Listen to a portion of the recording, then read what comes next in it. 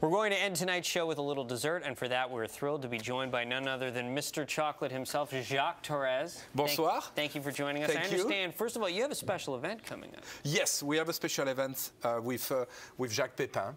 We write that menu. That's the for the University Settlement Organization. And we're going to do that with the French Culinary Institute events and catering and events. And that's for, I think, around 150 people. We still have some tickets available.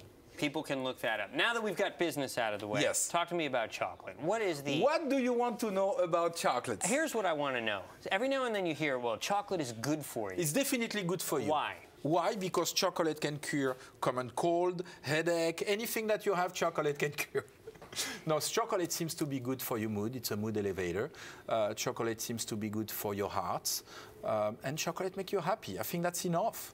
Now, when you are a chocolatier like yourself, do you still have your favorites, what you like the best? Do you like, first of all, milk chocolate or dark chocolate, if you had to pick? I like it both. On the afternoon, when I'm a little bit more hungry than usually, milk with a little bit of nuts, this is delicious. On the evening, a little bit of dark chocolate, high cocoa contents, I love that. So it really depends on the time of the day. You have some every day? I have chocolate a few times a day. You're tasting it in your shop, you're sampling what's being made. I smell it, I taste it, I touch it. I love chocolates. Now, speaking of smell, I have to ask you, you remember when that sweet smell was enveloping New York City? Yes. And the city sent inspectors into your store to find out if you were causing it, but you weren't. I defend myself. We was roasting cacao beans, and they do have a pretty strong smell, but no way we can chew that smell all around Manhattan.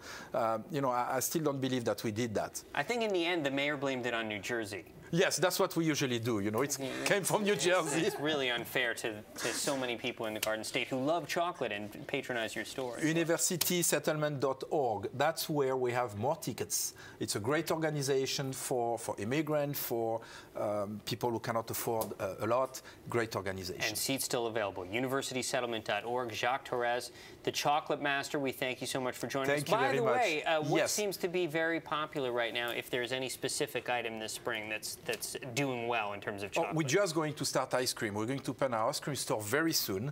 Now in the next couple of weeks, we're going to have a lot of new flavor. And otherwise, chocolate is always in fashion. And now we are doing, again, the hot chocolates, but we freeze it. Frozen hot chocolates.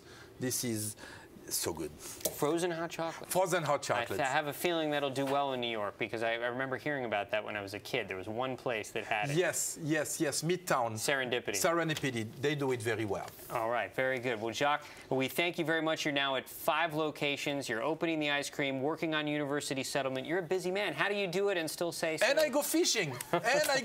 Striped bass season just opened in New York. All right, Jacques TORRES, thank you very much. We appreciate you joining us on New York Nightly News. And that will do it for this edition of New York Nightly News. I've got some chocolate to eat. Thanks for joining us. Have a good night.